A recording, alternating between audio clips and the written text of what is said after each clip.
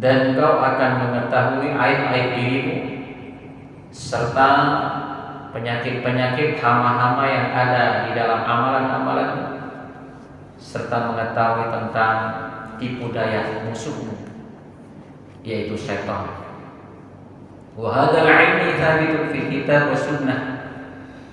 Ilmu ini ada di dalam Al-Quran dan Sunnah, wa kutubul a'immah, serta kitab-kitab para ulama-ulama terdahulu. Bapak dan Ibu sekalian rahimakumullah, amalan yang juga harus menjadi rutin kita untuk mendekat kepada Allah Subhanahu wa taala adalah mencari ilmu. Inilah kenapa kita mengadakan taklim seperti ini. Kita harus menghadiri karena ini adalah bagian daripada wirid kita. Wirid itu artinya amalan harian. Wirdun itu amalan harian kita. Salah satunya adalah qiraatul ilm, membaca ilmu an-nafi', ilmu yang bermanfaat. Inilah kemudian kita bisa mendatangi tempat-tempat majelis ilmu. Di samping kita membaca buku sendiri, kitab sendiri, tapi kita juga mendatangi majelis-majelis ilmu untuk bisa menambah pengetahuan kita tentang Allah, tentang adabnya, tentang sifatnya, tentang perbuatannya, tentang nikmat-nikmatnya, serta perintah-perintahnya, begitu juga larangan-larangannya. Juga supaya kita menjadi hidup zuhud di dunia ini dan mencintai kehidupan akhirat. Zuhud itu bukan berarti tidak kaya, ya. Zuhud itu artinya adalah wabtaghi fima ataqallahu ad-darul akhirah wa la tansa nasibaka minad dunya. Carilah hartamu, dengan hartamu itu kehidupan akhirat, dan jangan kau lupa nasibmu, bagianmu dalam kehidupan dunia. Inilah amalan kita di dalam mendalami ilmu, karena ilmu ini akan meningkatkan kepada keimanan dan tauhid kita, sehingga kita mengenal Allah, mengenal sifatnya, mengenal af'alnya, mengenal nikmat-nikmatnya. Bahkan dalam pelajaran fikih kita akan mengenal perintah-perintahnya dan larangan-larangannya. Bapak dan Ibu sekalian rahimakumullah, dari sinilah kita akan bisa semakin dekat dengan Allah. Dengan menuntut ilmu, Allah Subhanahu wa taala semakin tampakkan kepada kita kebesarannya. Karena lewat ilmu inilah kita akan mengenal melalui Al-Quran dan Sunnah yang dijelaskan oleh ulama-ulama kita, yang kita baca dalam kitab-kitab kita, sehingga kita semakin mendekat kepada Allah Subhanahu wa taala.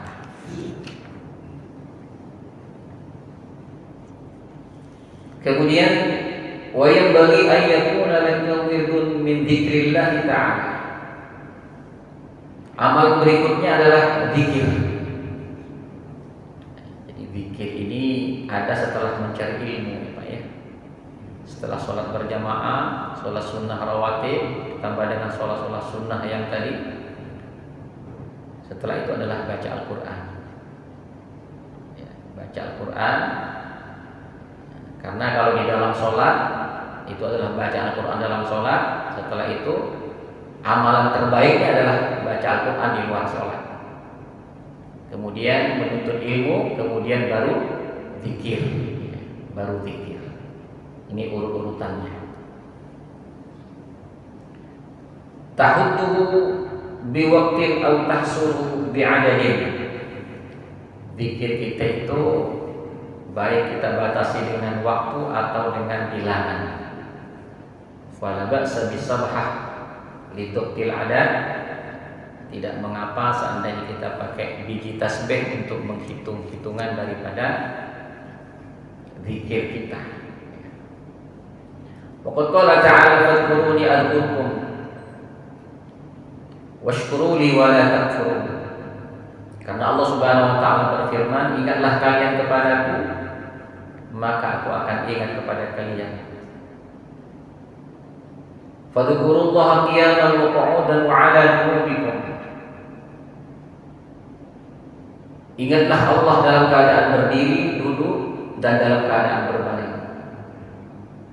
Jadi zikir mengingat Allah ini adalah merupakan amalan yang tidak terputus, sehingga dikatakan ingatlah kepada Allah dalam keadaan berdiri, dalam keadaan duduk, dalam keadaan berbaring.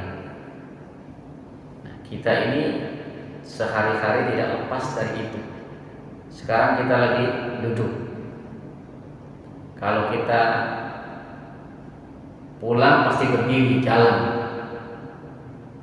Nyampe di rumah kita berbaring kadang. Jadi kita ini hari-hari nggak mungkin lepas dari tiga ini, berdiri, duduk, berbaring. Maka ingatlah kita di seluruh keadaan itu, baik dalam keadaan berdiri, baik dalam keadaan duduk, maupun dalam keadaan berbaring. Inilah baginda Nabi Muhammad SAW, yadhkurullah fi kulli ahyani. Rasulullah itu senantiasa mengingat Allah di setiap saat. Sampai ketika kita masuk ke WC pun kita mengingat Allah. Ya, kita baca sebelum masuk ke WC, dan ketika di dalam WC pun di hati kita tetap mengingat Allah. Jadi kita selalu tersambung, selalu connect dengan Allah Subhanahu wa taala. Wa qala ta'ala ya ayyuhalladzina amanu dzkurullaha dzikran katsiran. Wahai orang-orang yang beriman, ingatlah kalian kepada Allah dengan ingat yang banyak. Dzikran katsiran. Nanti di surga ada satu penyesalan kepada setiap kita orang beriman. Penyesalannya adalah ketika kita berada di dunia, ada satu detik kita tidak ingat kepada Allah. Satu detik kita tidak ingat kepada Allah nanti menjadi penyesalan di surga. Karena satu detik ingat Allah itu menjadi pahala yang sangat besar nanti di sana. Sehingga Allah katakan udzukurullaha dzikran katsiran. Wa qala Rasulullah sallallahu alaihi wasallam yaqulullahu ta'ala ana inda dhanni 'abdi bi wa ana ma'hu hina yadhkuruni. Aku ini, kata Allah, tergantung persangkaan hambaku kepadaku, dan aku selalu bersamanya di saat dia mengingat aku. Allah itu senantiasa bersama kita dalam arti membantu kita, menolong kita, karena Allah setiap saat selalu meliputi kita. Tapi ketika kita ingat Allah, itu kebersamaan kita dengan Allah itu dalam makna yang lebih dalam. Bukan hanya sekedar kita diliputi oleh Allah, akan tetapi Allah memperhatikan kita begitu dalam.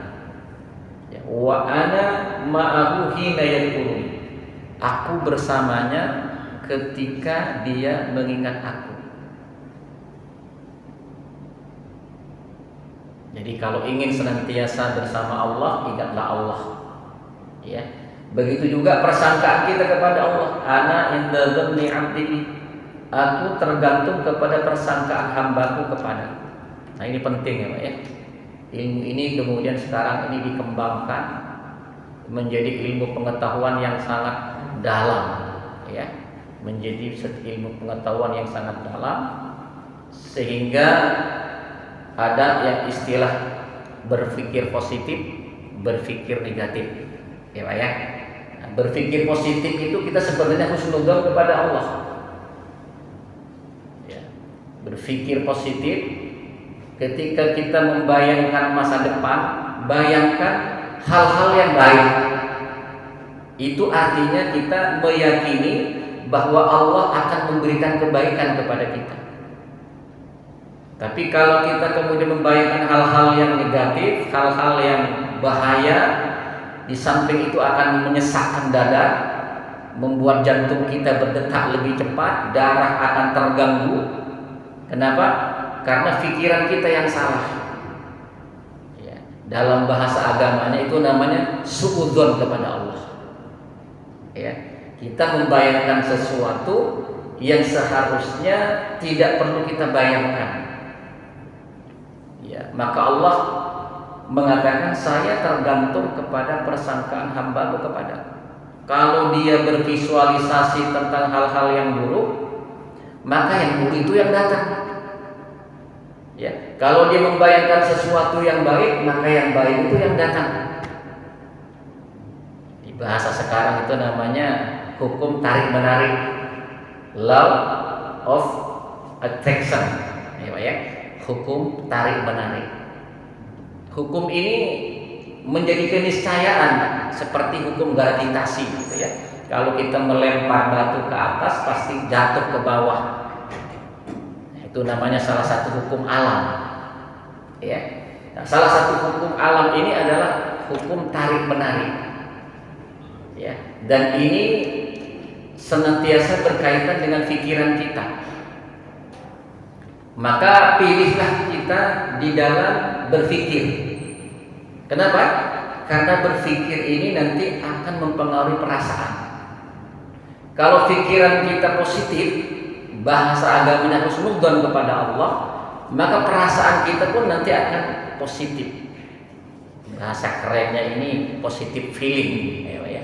Feeling kita, perasaan kita akan positif. Nah, maka kalau satu saat kita merasa sedih, merasa hati ini tidak tenang, coba perhatikan, tadinya kita berpikir tentang apa? Pasti itu dimulai dari pikiran. Rasa takut itu pun juga bermula dari pikiran. Ya. Rasa cemas itu bermula dari pikiran. Ya. Artinya apa? Pikiran kita berpikir yang baik, berpikir yang indah, pasti perasaan kita merasa baik, merasa indah. Kalau kita berpikir negatif, pasti perasaan kita akan negatif. Nah, ini saat ini sangat dipentingkan, Pak ya. Bahkan menarik rezeki pun, katanya kan, ini berkaitan dengan vibrasi kita, pikiran kita yang tenang, pikiran kita yang visualisasinya itu benar, sehingga bahasa agamanya itu kita meyakini betul akan pemberian Allah, akan keberkahan Allah. Bukan Allah itu pelit, bukan. Yang pelit itu pikiran kita. Ya, yang pelit itu pikiran kita. Bagaimana mungkin kita berdoa? Ketika kita berdoa, kita akan berharap, bervisualisasi, membayangkan harapan kita itu. Nah, itu namanya pikiran. Setelah diucapkan, muncul di pikiran, terbayang apa yang kita dapat. Cuma kemudian di hati kita ada kata-kata apa iya, gitu ya? Apa iya? Apa mungkin? Jadi pikiran kita sudah minta kepada Allah, sudah memberikan proposal kepada Allah, tapi hati kita menolak. Hati kita menolak. Itulah bahasa yakin ya. Ketika kita berdoa, yang doa yang diterima itu doa yang mungkinun, doa yang yakin. Ini bahasa agamanya. Jadi bahasa psikologinya, kalau kita berharap, maka munculkan bayangan di pikiran kita dan pastikan hati kita itu mengiyakan. Yakin bahwa ini akan terjadi. Itu namanya prasangka yang baik kepada Allah. Kita udah minta dengan bayangan yang sebegitu rupa, ya Allah, berikan saya ini ya Allah. Tapi hati kita ragu. Hati kita tidak yakin. Itu namanya dibatalkan. Ya, dalam ilmu vibrasinya, energinya itu tidak memancar, ditolak. Nah, ini kaitannya dengan ana inda dzanni abdi. Saya tergantung kepada persangkaan hambaku kepadaku. Mintanya sudah oke besar, tapi prasangkaannya buruk kepadaku. Tidak yakin gitu. Nah, jadi bahasa yakin ini kan bahasa agama, ya. Harus yakin. Makanya bab pertama dalam kitab ini bab yakin. Ya, kalau kita dikasih amalan ya sama kiai atau sama orang yang paham tentang hal itu, pasti kamu harus yakin ya. Kamu harus yakin. Nah, kita mengamalkan sesuatu tapi hatinya nggak yakin. Jadi kesimpulannya selama ini kenapa doa-doa kita tidak diterima, amalan-amalan kita tidak nyambung? Oh, berarti di hati kita ada settingan yang salah kepada Allah, persangkaan yang salah kepada Allah. Ya, persangkaannya tidak diterima, ragu, maka itu nanti akan menjadi dibatalkan permintaan kita itu oleh hati kita. Ya. Makanya kata Allah, wa ana ma'hu hina yadhkuruni, dan aku bersamanya ketika dia mengingat aku. Setelah persangkaannya baik kepadaku, yakin betul bahwa aku akan memberikan kepadanya, yakin betul bahwa saya ini kaya, maka aku akan bersamanya. Ya, aku akan bersamanya. Wa ana ma'hu hina yadhkuruni. Fa in dzakarani fi nafsihi dzakartuhu fi nafsi. Apabila dia mengingat kepadaku ketika sendirian, maka aku pun akan mengingatnya ketika sendirian. Wa in dzakarani fi mala'in dzakartuhu fi mala'in khairum min.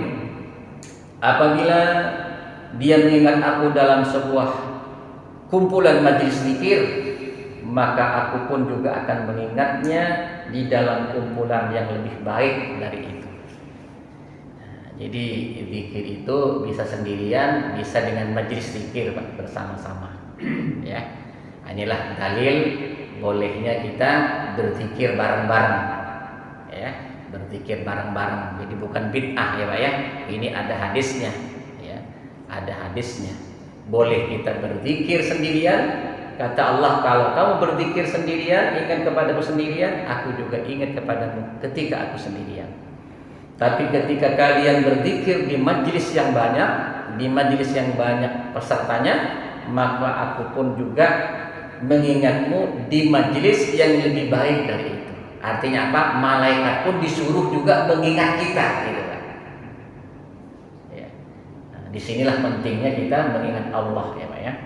Wa qala alaihi salatu wassalam, yaqulullahu ta'ala, ana jalisun man dzakarani. Aku, kata Allah, menjadi teman duduknya orang yang mengingat aku. Jalis itu artinya teman duduk, maknanya adalah teman dekat. Kalau kita senantiasa berzikir, kita menjadi akrab dengan Allah. Kita menjadi akrab dengan Allah. Nah, kalau akrab ini kan mudah, ketika kita minta mudah diterima, mudah dikabulkan. Karena judulnya adalah akrab, jalis. Wa qala alaihi salatu wassalam, ala unabbiukum bi khairi a'malikum. Maukah kalian aku beritahukan bi khairi a'malikum, tentang paling baiknya amalan kalian.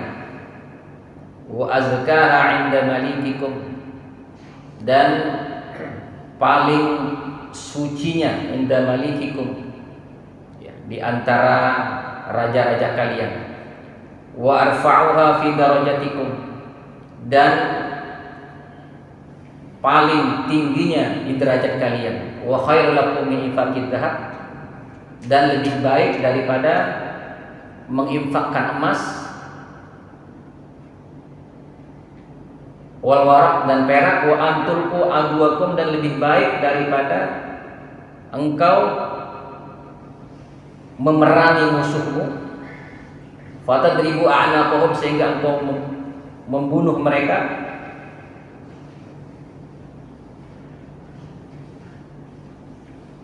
wa yadribu a'naqakum, atau mereka membunuh kalian. Qalu, para sahabat menjawab, bala, mau ya Rasulullah. Qala dzikrullah, yaitu mengingat kepada Allah Subhanahu wa ta'ala. Nah, ini hadis zikir yang paling baik ya Pak ya, yang paling bagus. Maukah kalian, kata Rasulullah, aku beritahukan paling baiknya amalan kalian, ya, paling baiknya amalan kalian dan paling sucinya amalan kalian, paling tingginya derajat kalian, lebih baik itu daripada menginfakkan emas dan perak, bahkan lebih baik daripada engkau berperang di jalan Allah, engkau membunuh atau engkau terbunuh. Mau ya Rasulullah, yaitu zikrullah. Zikir ini Pak, ini makanya ulama subhanallah ya, kemudian ada namanya thariqah ya Pak ya, kerjaannya itu adalah memiliki amalan zikir yang rutin ya. Kenapa? Karena zikir ini pahalanya ya Pak ya, pahalanya dikatakan paling baiknya amalan kita, paling sucinya amalan kita, paling baiknya dalam mengangkat derajat kita ya. Bahkan lebih baik daripada menginfakkan emas dan perak, sedekah maksudnya ya, lebih baik daripada sedekah, bahkan lebih baik daripada berperang di jalan Allah. Engkau membunuh di situ atau engkau terbunuh.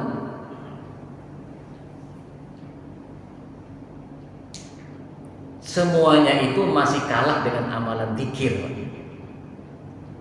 Walaupun kita zikir di kasur, kata ulama, itu lebih baik daripada berperang di jalan Allah. Nah, inilah hadis zikir yang paling hebat ya Pak ya. Nah, sehingga apa ini artinya? Ya, ini kan fadilah amal untuk memotivasi kita jangan sampai lupa zikir sedikit pun gitu. Jangan sampai lupa zikir atau jangan sampai lupa mengingat Allah. Betapa pentingnya mengingat Allah itu. Ya, sampai di dalam perang pun disuruh banyak mengingat Allah. Fazkurullaha katsiran. Bahkan ketika kita bekerja pun disuruh banyak mengingat Allah. Fa idza qudiyatis shalah fantasiru fil ard. Itu kan? Apabila salat telah selesai, menebar engkau ke muka bumi. Wabtaghu min fadlillah, cari karunia Allah. Maksudnya apa? Cari, bekerja, cari rezeki maksudnya. Wadhkurullaha katsiran, dan ingatlah Allah banyak-banyak ketika mencari rezeki itu. La'allakum tuflihun, supaya kalian beruntung. Dagang untungnya besar tapi nggak ingat Allah, itu dalam pandangan Allah rugi itu Pak. Ya, kalau dagang pengen beruntung, banyak-banyak mengingat Allah. Walaupun dagangannya rugi, tetap untung. Fadhkurullaha katsiran la'allakum tuflihun. Ingatlah Allah dengan banyak, sebanyak-banyaknya, supaya kalian beruntung, supaya kalian sukses. Nah, ini hadis terbaik di dalam masalah zikir ya. Kemudian walidzikri thamaratun, zikir itu memiliki buah, wa nataij, memiliki hasil, yajiduha man wadaba alaih, yang dirasakan oleh orang yang istiqomah melakukannya, biwasfil adab, dengan adab yang benar, wal hudur, dan husuk. Aqulluhu ayyid fi nafsi minal halawah wal ladzat. Buah yang paling ringan adalah merasakan manis dan merasakan nikmat di dalam hati. Ma yastakiru fi janbihi kullu ma ya'ithu min al-ladzati dunyawiyah. Di mana dengan nikmat zikir itu akan mampu membuat hamba kenikmatan duniawi. Nah, jadi hasil daripada zikir, buah daripada zikir, paling sedikitnya zikir itu akan membuahkan manis, akan terasa manis dan nikmat di dalam hati, katanya. Nah, dengan nikmat dan manis di dalam hati ini membuat hambar manisnya duniawi. Membuat hambar manisnya duniawi. Nah, Bapak jamaah sekalian, kita bisa memeriksa diri kita, Bapak ya. Kalau dunia ini masih terasa manis, melebihi zikir kita, berarti zikir kita belum benar, gitu ya. Zikir kita belum benar-benar sesuai dengan apa yang diperintahkan Allah. Maka dikatakan zikir ini memiliki buah, memiliki hasil, ada buahnya. Paling sedikitnya buahnya itu akan terasa nikmat dan manis di hati, katanya. Kalau nikmat dan manis itu sudah ada di hati, maka nikmatnya duniawi ini terasa hambar. Nikmatnya duniawi, manisnya duniawi ini katanya terasa hambar. Sehingga apa? Sehingga ketika ada panggilan sholat, dia akan meninggalkan apa yang hambar itu. Kita tertarik kepada apa yang di masjid, kan gitu ya. Tertarik apa yang di masjid. Ketika ada panggilan taklim seperti ini, ya kita perlukan, kita datang. Kenapa? Karena kita melihat itu ada manis, Pak. Ya, kalau Bapak nggak merasakan manis, mungkin Bapak sudah mungkin tidur. Ini Pak ya. Nah, artinya apa? Selama ini kita berzikir, ya, kita laksanakan sholat, kita baca Quran. Ini secara umum namanya zikir, Pak ya. Secara umum namanya zikir. Semuanya itu adalah zikir. Sholat zikir, baca Quran zikir, ya. Tapi yang kita bahas ini adalah zikir khusus, gitu, ya. Tapi secara umum bisa dikatakan zikir. Dan semua itu berpengaruh ke dalam hati kita, ya, berpengaruh dalam hati kita. Kenapa? Karena amalan kita itu memiliki nur namanya. Ya, nur, cahaya. Bapak duduk sekarang nih menuntut ilmu, gitu kan? Ini bercahaya, Pak. Ya, bercahaya. Mulai dari hati kita ini bercahaya. Bayangkan Allah dalam apa? Allahu nurus samawati wal ardh. Allah itu cahaya langit dan bumi. Ya, mathalul nurihi kamiskatin fiha misbah. Al-misbahu fi zujajah. As-zujajatu ka'annaha kaukabun durriyun yuqadu min sajaratin zaitunatin la syarqiyatin wala gharbiyah. Kan gitu kan? Allah itu nur. Kalau di dalam tafsir munawwirus samawati wal ardh. Allah itu yang memberikan cahaya di langit dan di bumi. Perumpamaan cahaya Allah katanya, itu seperti miskat. Miskat itu, Pak ya, tempatnya lampu. Kalau zaman dulu, Pak, tempatnya lampu itu di satu tempat atau di masjid, ya. Masjid dibikin tembok tebal, itu dicuak, Pak. Dicuak, ya, dibikin tempat, di situ ada tempat. Ya, karena di situ nanti akan bisa fokus keluar. Itu namanya miskat. Ya, kamiskatin. Kamiskatin fiha misbah, di dalam miskat itu ada lampu. Ini kita ngebayangin bukan lampu yang sekarang, Pak. Ya. Nah, jadi perumpamaan nurnya Allah itu adalah kamiskatin seperti tempatnya lampu. Tempat lampu dalam tafsir dikatakan itu adalah di tembok yang dicuak, Pak, dikasih tempat maksudnya. Paham ya? Kebayang ya? Fiha misbah, di situ ada lampu. Al misbahu fi zujajah, lampu itu berada di dalam kaca semprong, Pak ya. Nah, jadi kalau lampu zaman dulu itu ada semprongnya. Az-zujajatu ka'annaha kaukabun durriyun, lampu semprongnya itu saja seperti mutiara yang bersih.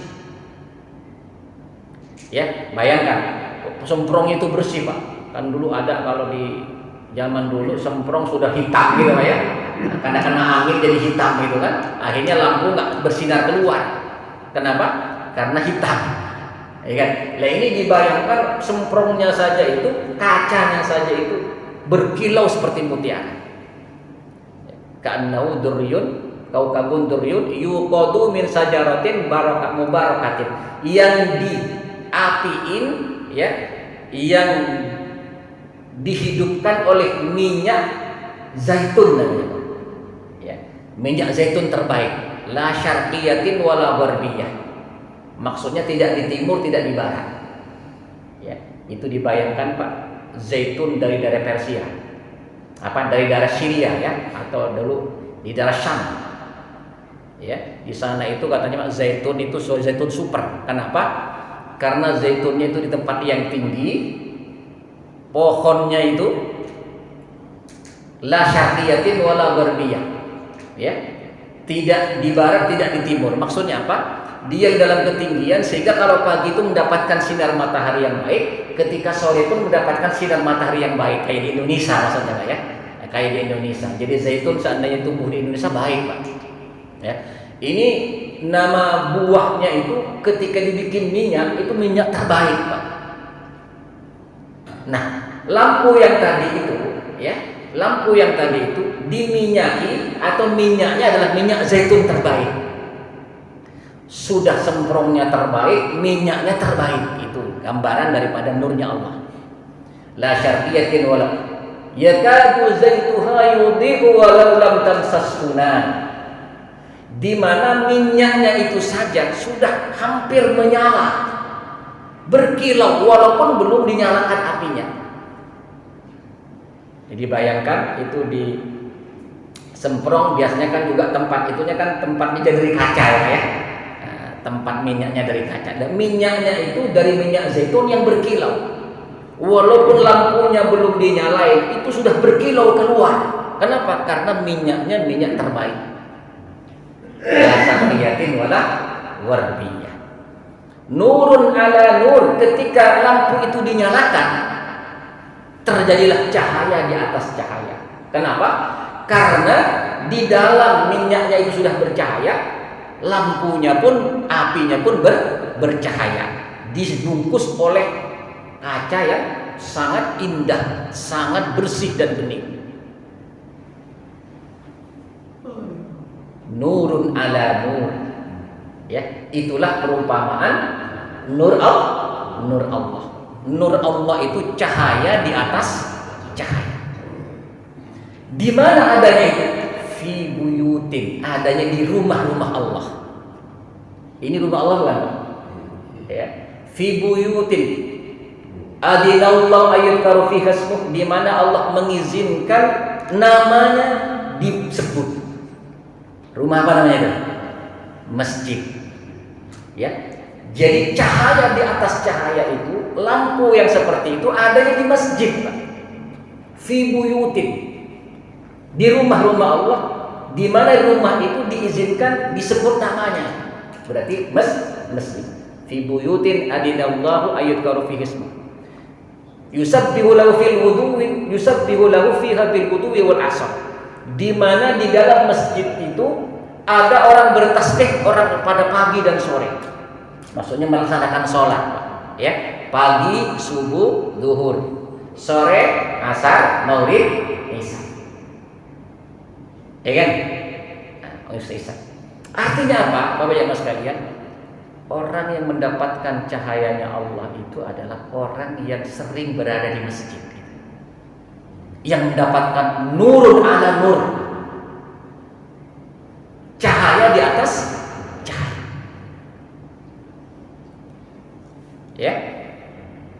Fi buyutin adinallahu an turfa' fiha wa yudkaru fi antut gimana? Fi buyutin adinallahu an tudkaru fiha yusabbihu lahu fiha bil ghuduwi wal asal, di mana di dalamnya bertasbih, ya, di dalam waktu pagi dan sore. Rijalun, siapa mereka itu yang punya cahaya di hatinya? Adalah rijal. Ada nama rijal? Rijal itu artinya apa? Laki-laki. Kalau rojulun itu laki-laki satu. Kalau rijal itu laki-laki banyak. Kalau satu orang disebut rijal berarti laki-laki beneran.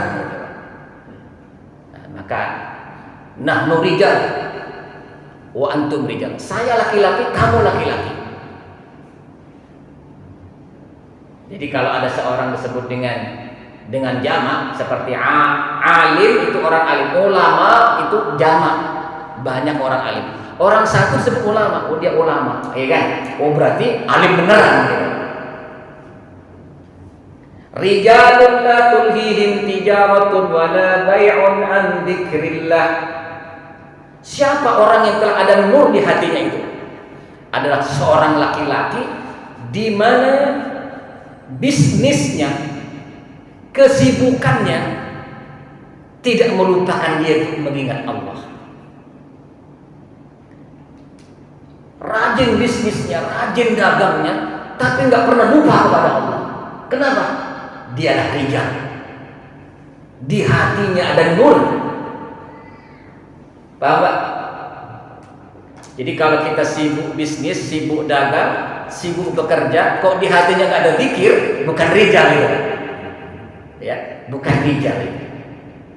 Allah sebut ya, dikatakan oleh ulama tafsir, Allah memuji bukan orang yang banyak hanya duduk rebahan kemudian zikir, bukan itu yang dipuji di situ Pak.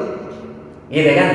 Yang lebih dipuji oleh Allah adalah orang yang sibuk berdagang, orang yang sibuk dengan aktivitas kesehariannya mencari rezeki, cuma dia tidak pernah dilalaikan untuk mengingat Allah. Perdagangannya, bisnisnya, kesibukannya tidak melalaikan dia dalam mengingat Allah. Ketika ada suara adzan, ditinggal itu pekerjaannya, dia datang ke masjid. Rijal.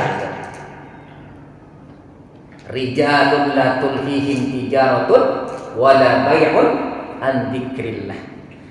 Banyak yang mengingat Allah. Wa iqamis shalah, kerjakan salat. Ditinggalkan pekerjaannya, masuk ke dalam masjid. Kenapa? Wa ita'iz zakat, zakatnya pun dikeluarkan enggak pelit. Kenapa? Di hatinya udah ada cahaya. Yakhafuna yawman tataqallabu fihi al-qulub wal absar. Karena hatinya takut kepada Allah akan datangnya satu hari nanti di mana hati dan mata ini bergolak takut kepada Allah. Kenapa dia rajin berzikir? Kenapa dia rajin bersedekah, rajin ke masjid? Kenapa dia rajin sholat berjamaah? Karena dia ingat akhirat maksudnya. Ingat satu hari di mana pada saat itu mata dan hati ini akan berbolak-balik, ketakutan kepada Allah. Tataqallabu fil qulub wal absar.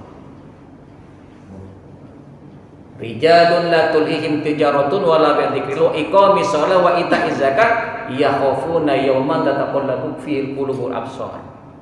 Liyajzihum ahsana ma 'amilu wa yazidahum min fadlih. Maka Allah Subhanahu wa taala kemudian akan memberikan pahala kepada dia dengan pahala yang lebih baik daripada amalannya, dan Allah akan memberikan bonus-bonus yang lain kepada orang itu. Wallahu yarzuqu may yasha'u bighairi hisab. Allah memberikan rezeki kepada orang yang dikehendaki tanpa batas. Artinya apa? Orang seperti itu akan menarik rezekinya Allah Subhanahu wa taala. Ini kaitannya dengan zikir tadi, ya. Jadi kita melaksanakan zikir secara keseluruhan, sholat, puasa, ya, kemudian ta'lim seperti ini di dalam masjid Allah, itu telah digambarkan oleh Allah, itulah rijal namanya, yang di hatinya ada nur. Maka Rasulullah kemudian bersabda, "Idza dakhalan nur al-qalbah." Apabila nur itu masuk ke hati seseorang, infataha wan saraha, hati itu akan menjadi lapang dan luas. Jadi kalau Bapak merasakan ini hati enak, damai, itu berarti ada nur masuk ke dalam hati kita. Nur dari mana? Nur dari zikir kita, dari bacaan Al-Quran kita, dari sholat jamaah kita, dari sholat sunnah kita, dari taklim kita. Semuanya itu penuh dengan nur. Kalau nur itu masuk ke dalam hati, infataha wan syarah, maka hati itu akan menjadi lapang dan damai.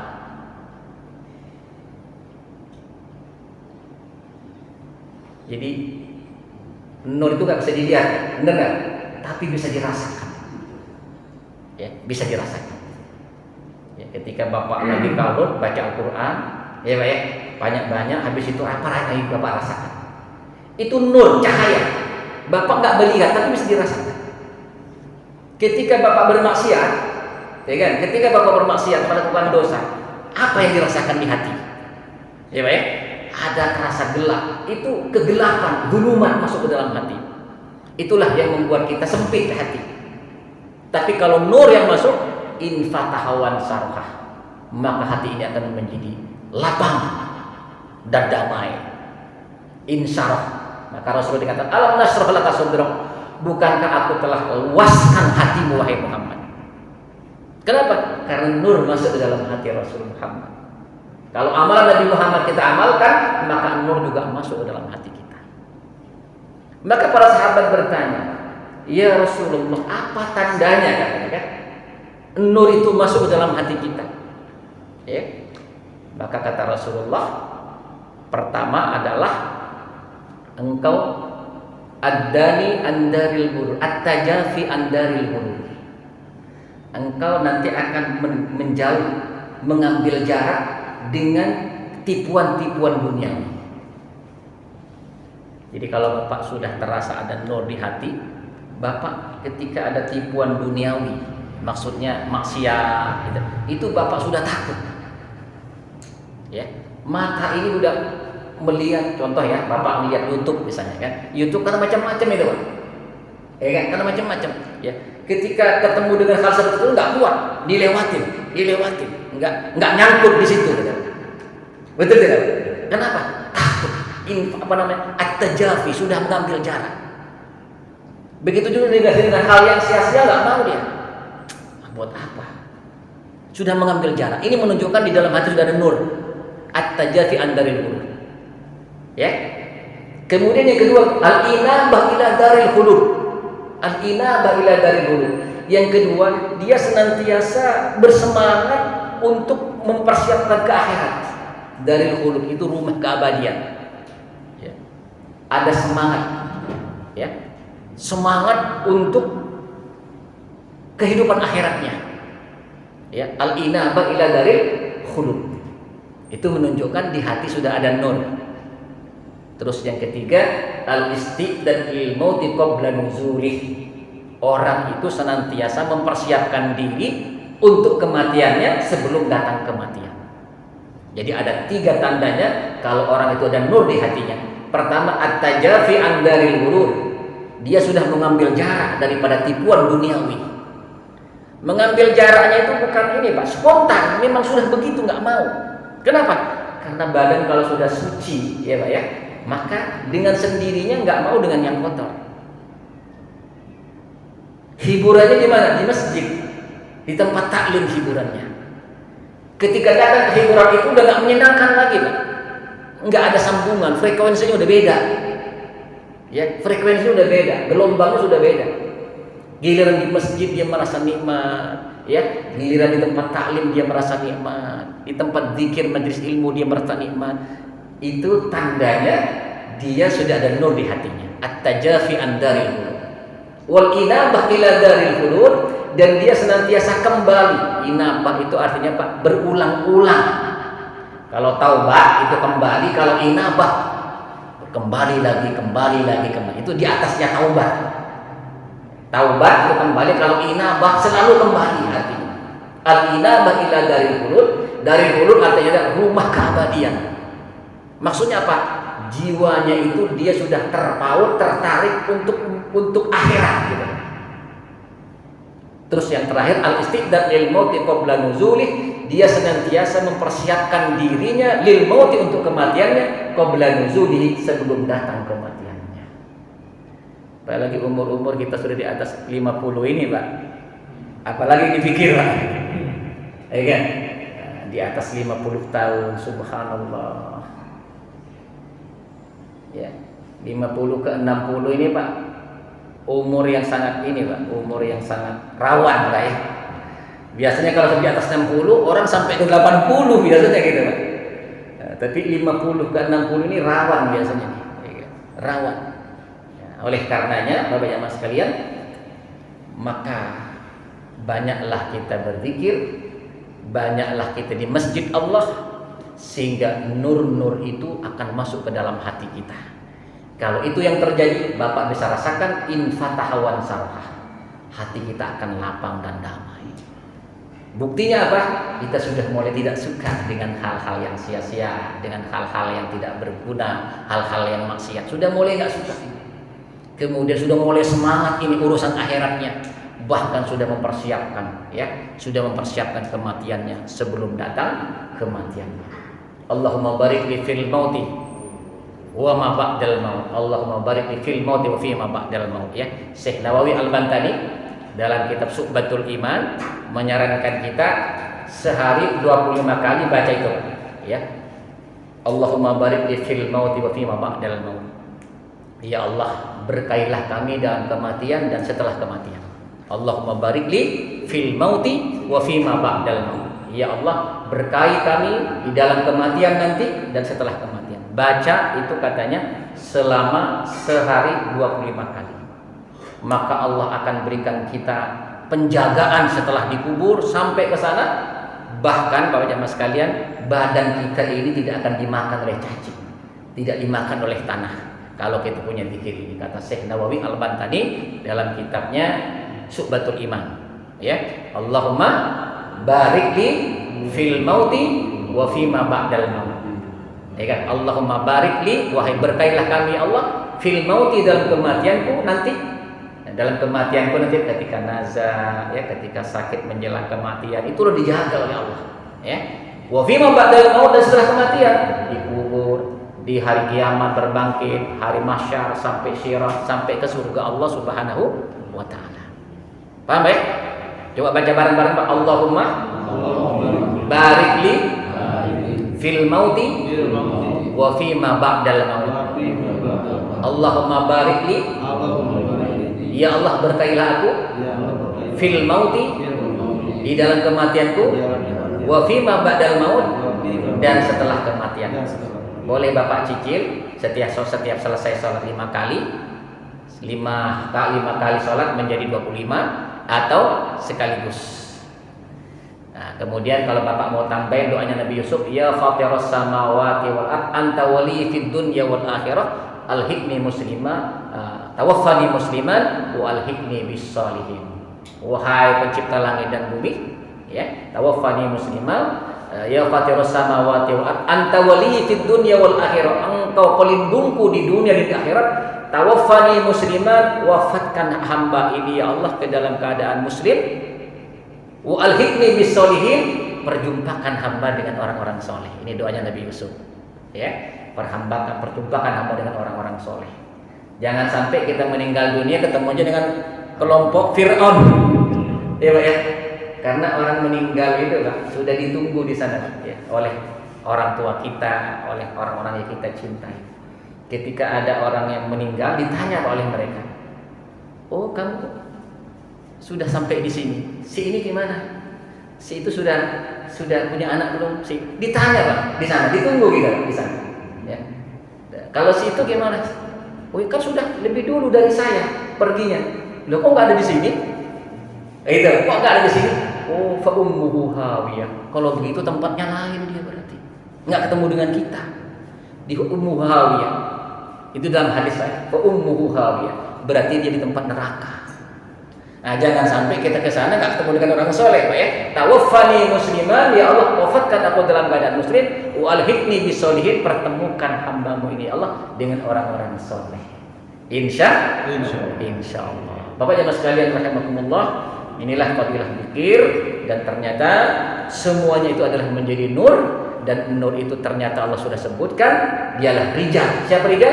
Rijal adalah orang-orang yang biasa di masjid, di mana Allah akan memberikan cahayanya kepada dia, sehingga dia tidak pernah dilalaikan zikirnya oleh bisnisnya, oleh kesibukannya, dan dia senantiasa tegakkan sholat berjamaahnya, keluarkan zakatnya, karena dia takut kepada Allah di hari di mana nanti hati dan mata berbolak-balik.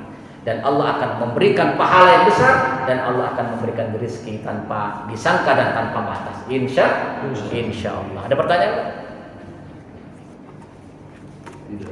Cukup Pak ya? Mudah-mudahan ada manfaatnya. Kita tutup dengan kifarah majelis. Subhanakallahumma wa bihamdika asyhadu an la ilaha illa anta astaghfiruka wa atubu ilaik. Billahi taufik wal hidayah. Assalamualaikum warahmatullahi wabarakatuh.